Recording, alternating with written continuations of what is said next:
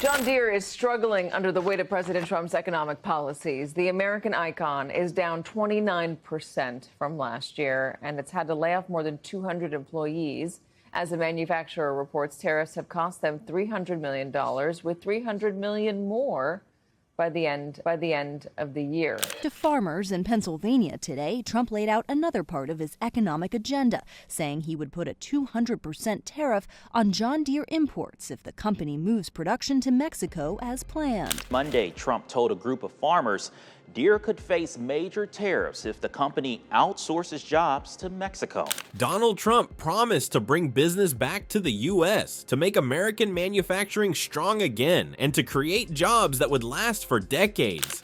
We're going to take other countries' jobs. We're going to bring thousands and thousands of businesses and trillions of dollars in wealth back to the good old USA. But now, just a few years later, those same companies are facing massive tariffs. Just notice behind me John Deere tractors. I know a lot about John Deere. I love the company. But as you know, they've announced a few days ago that they're going to move a lot of their manufacturing business to Mexico. I'm just notifying John Deere right now. If you do that, we're putting a 200% tariff on everything that you want to sell into the United States, so that if I win, John Deere is going to be paying a 200%. Some as high as 200%, simply for moving production to keep their businesses alive. John Deere, an icon on American farms, found itself at the center of a storm nobody saw coming. Factories were closing, employees were being laid off, and farmers started hesitating on big purchases. The promise of bringing business back collided with sudden financial punishment, creating a ripple effect that's shaking not just one company, but entire industries across North America. Nobody expected the first warning signs to matter. At the time, it looked like just another headline, another comment made during a campaign stop. But inside John Deere, that single moment began a chain reaction that spread much faster than anyone thought. When former President Donald Trump warned that any company shifting production outside the United States could face a 200% tariff, it didn't sound real at first. It sounded like something that might happen later, or maybe not at all. But the market reacted immediately, long before any policy became official. Investors started pulling back. Analysts began running new numbers, and within months, Deere's financial picture changed in a way that no one inside the company could ignore. Reports showed that the first wave of tariff pressure was already cutting into earnings, with losses stacking up close to $100 million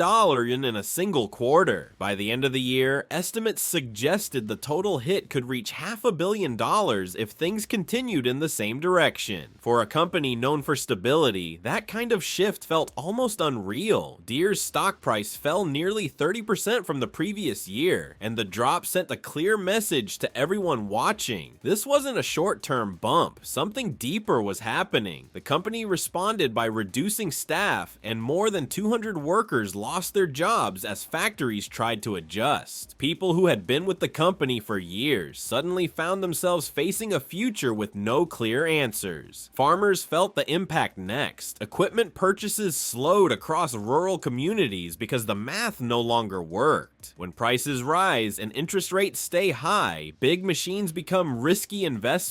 Many farmers paused their plans, choosing to hold on to older equipment rather than buying something new. Bankers noticed the same pattern. Loan offices grew more cautious, and local economies that depended on steady equipment sales started to feel the pressure. Dealers began reporting empty order books, something they hadn't seen in years. Some even compared the slowdown to earlier agricultural downturns when entire regions struggled to stay afloat. The slowdown didn't look dramatic on the surface. There were no sudden crashes or breaking news alerts. Instead, it felt like everything was freezing in place. The industry was still standing, but nothing was moving. At the same time, the cost of imported parts increased because of new tariff rates. That forced manufacturers to consider raising prices by 2 to 4% on new models, which only pushed more customers to the sidelines. It created a strange situation where every part of the system was was waiting on the next announcement. Companies delayed production schedules, farmers delayed purchases, and suppliers delayed shipments because no one wanted to make the wrong move. What made the situation even harder was the level of uncertainty. Tariff updates arrived without warning, sometimes through short press statements, other times through offhand remarks that still shook the entire market. Companies struggled to plan even one quarter ahead, and the usual strategies no longer worked. But the most surprising part came next, because the shock did not stay inside the United States. Something else was already forming just beyond the border, and it would change the direction of this story in a way almost no one predicted. While US factories scrambled, Canada quietly began to emerge as a safe harbor for John Deere. It wasn't a flashy announcement or a bold press release. It was a slow, strategic shift that only became obvious when production schedules and investments started pointing north. Canada offered something the US couldn't at the time: stability. Electricity rates were lower, labor costs more predictable, and government policies far less prone to sudden shocks. In a world where tariffs could hit overnight, that kind of certainty became incredibly valuable. One of the clearest examples was the Langley facility in British Columbia. Once a regional site, it transformed into a global center for tract forestry equipment. It wasn't just about serving local markets. Langley now produced machinery for customers around the world, independent of US demand, showing that Canada wasn't just a backup plan, it was becoming a core part of Deere's long-term strategy. With roughly 100 employees, the facility's influence reached far beyond its walls, supporting international supply chains and strengthening Canada's role in North American manufacturing. Across the country, Deere's 6,000 Canadian employees became a vital link in a broader plan. Provinces like British Columbia encouraged growth in forestry equipment supply chains, offering incentives that made Canada increasingly attractive. The combination of government support, lower costs, and consistent policy created a foundation that could absorb shocks coming from south of the border. Suddenly, Canada wasn't just a side player, it was a central pillar in the company's operations. This shift wasn't just about production. Canada also represented a major export market for US agricultural equipment, accounting for roughly 30% of sales. This created a level of mutual dependence that further strengthened Canada's appeal. Deere could stabilize manufacturing while maintaining access to key markets, a balance that made the company far more resilient to sudden changes. Analysts now speculate that this may only be the beginning. Other North American manufacturers are quietly exploring similar strategies, recognizing that spreading risk across borders can protect them from unpredictable US policy swings. The quiet rise of Canada also reflected a bigger trend in global manufacturing. Companies began seeking multi-anchor models where no single location held all the risk. By diversifying across regions, they could absorb volatility, maintain production, and protect long-term investments. Canada, with its policy consistency and trade advantages, became the ideal choice. Reports claim multinational firms are increasingly evaluating it as a bridge to the US market, allowing products to qualify for North American tariffs without being tied to unpredictable rules south of the border. For Deere, this silent shift north wasn't just about avoiding layoffs or tariffs. It was about future-proofing the company. By treating Canadian facilities as permanent, integrated parts of the business, Deere created a structure capable of withstanding shocks that once would have thrown the entire company off balance. The lesson was clear. In a world of constant change, stability itself had become a competitive advantage. But even as Canada strengthened its role, the ripple effects continued to spread elsewhere. Other manufacturers, watching Deere's example, began rethinking their strategies. And what happened next would not only reshape the company, but signal a larger shift in North American manufacturing that few were fully prepared for.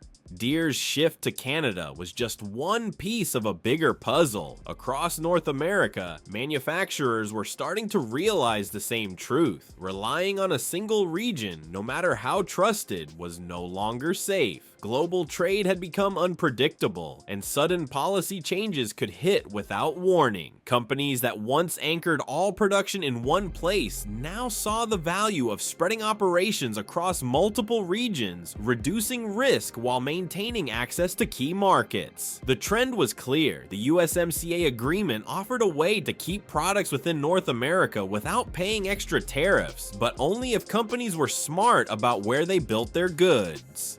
Firms began evaluating Canada, Mexico, and even parts of the US that offered more predictable rules, treating each location as a pillar in a larger manufacturing model. Stability had become just as important as labor, materials, or technology. Mexico in particular had shown promise. Cities like Nuevo León had built a reputation as nearshoring hubs, attracting large projects like Tesla's Gigafactory, but the sudden tariff pressures and policy uncertainty slowed momentum. Even though government programs tried to encourage small workshops to join the supply chain, integration was tricky. Volume, consistency, and delivery speed often didn't match the expectations of larger corporations. Many smaller firms relied more on employment from the big players than direct participation in international networks. Meanwhile, the strategy of multi-region manufacturing started to reshape the competitive landscape. Companies could balance production risks between countries so that if one market faced tariffs, labor strikes, or other disruptions, others could pick up the slack. Canada became the obvious stabilizer for Deere and similar firms. Mexico offered cost advantages and proximity to the US, while US facilities maintained critical domestic presence.